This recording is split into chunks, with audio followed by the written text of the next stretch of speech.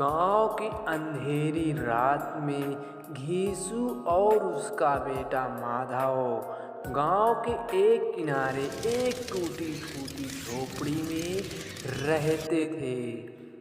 दोनों बाप बेटे बेहद आलसी और कामचोर थे।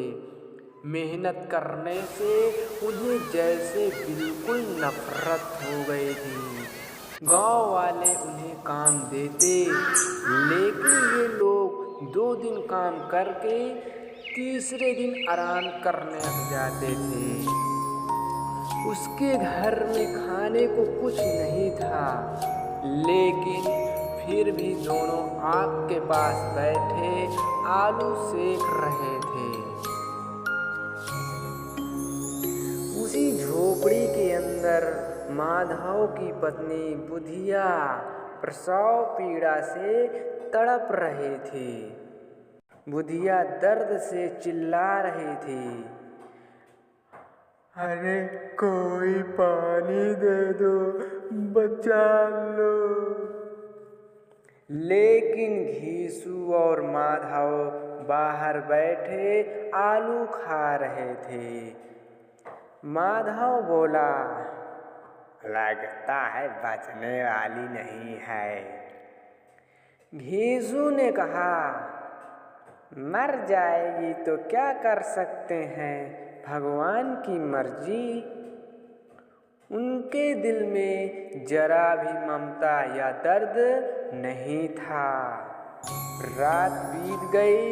जब सुबह हुआ, बुधिया की मौत हो चुकी थी। माधव कुछ देर के लिए रोया, लेकिन उसके आंसू भी सच्चे नहीं थे। अब समस्या थी कफन और अंतिम संस्कार के लिए पैसे कहाँ से आए।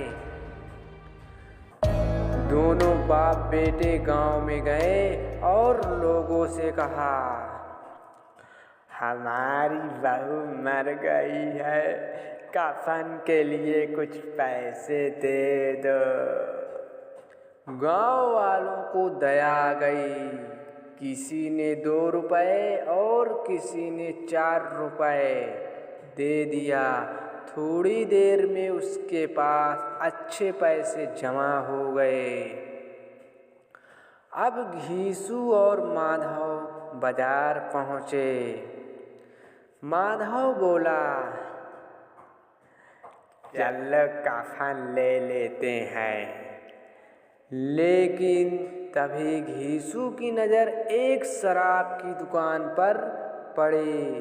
वह बोला, कफन तो जल जाएगा, लेकिन अगर हम थोड़ा अच्छा खा पी लेते हैं तो उसकी आत्मा खुश हो जाएगी।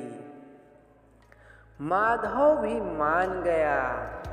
दोनों ने कफन के पैसे से शराब, पूड़ी, मांस खरीदा और वहीं बैठकर खाने पीने लगे। दोनों नशे में झूमते हुए कह रहे थे, बुधिया स्वर्ग में जाएगी, उसे कोई दुख नहीं होगा। माधव बोला, अरे हमने उसे क्या सुख दिया, आज कम से कम उसकी आत्मा के नाम पर अच्छा खा तो रहे हैं। धीरे धीरे दोनों पूरी तरह नशे में डूब गए। बुधिया की लाश बिना कफन के पड़ी रही और ये दोनों बाप बेटे अपनी भूख और लालच में डूबे रहे।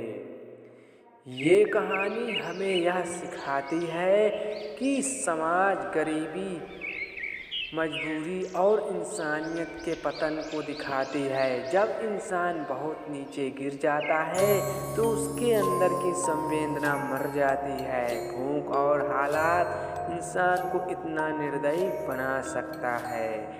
इस कहानी यदि आपको अच्छी लगी, हमारे चैनल को सब्सक्राइब जरूर करें। धन्यवाद।